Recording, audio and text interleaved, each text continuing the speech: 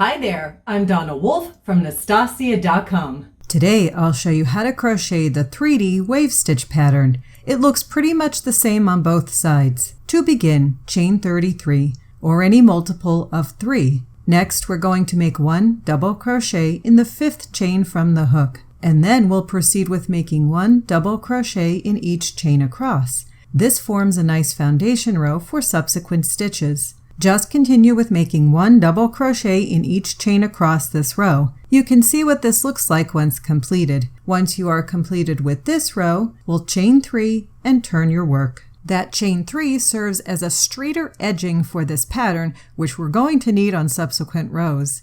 In the next stitch, make 3 double crochet stitches all in that same stitch.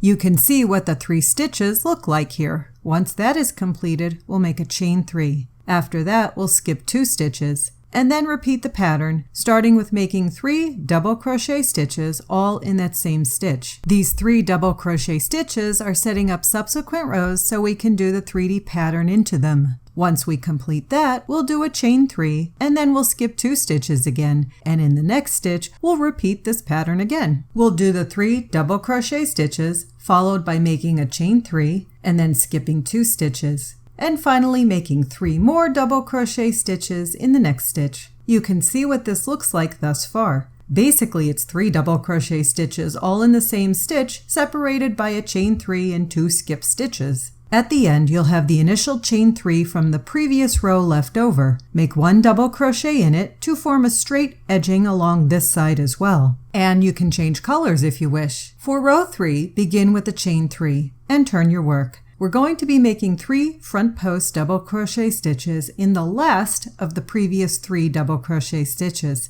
We'll be working around the post of it. I find it helps to kind of turn the work sideways a bit so you can easily make the 3 stitches around the post easier. Once that is completed, we'll make a chain 3, and then we'll move on to the next set of 3 double crochet front post stitches again. Find the last stitch from the previous row, and sometimes it helps to pull the stitch away from the other stitches. And I do kind of turn my work a bit to do this. You'll make 3 front post double crochet stitches into this. And then as before, we'll follow this up with a chain 3. In the next set, look for the last stitch again and make 3 front post double crochet stitches into it. These are made like regular double crochet stitches, except they are made around the previous stitch itself instead of its top part. Continue with this pattern across the row. You can see what this looks like thus far. It's okay if it seems kind of ruffly with too many stitches on the row at this time. As before, to help keep this side of the work a bit straighter, we'll make a double crochet in the last stitch, which happens to be the turning chain from the previous row.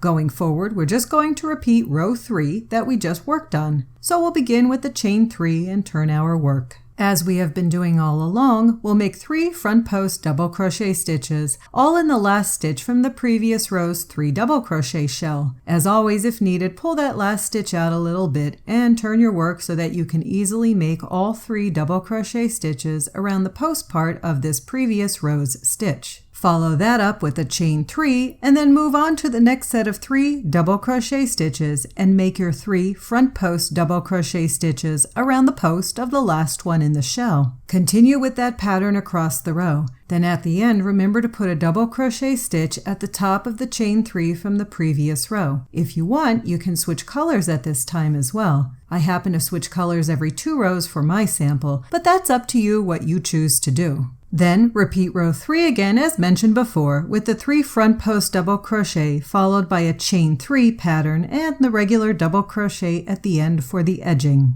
Now for the very last row we need to do something different. Those chain 3 stitches in between the 3 double crochet help create that 3D wave look. For the top edging we want to omit those chain 3s and instead just do the 3 double crochet front post stitches in the normal way. And that's it. That's how I crochet the 3D wave stitch pattern.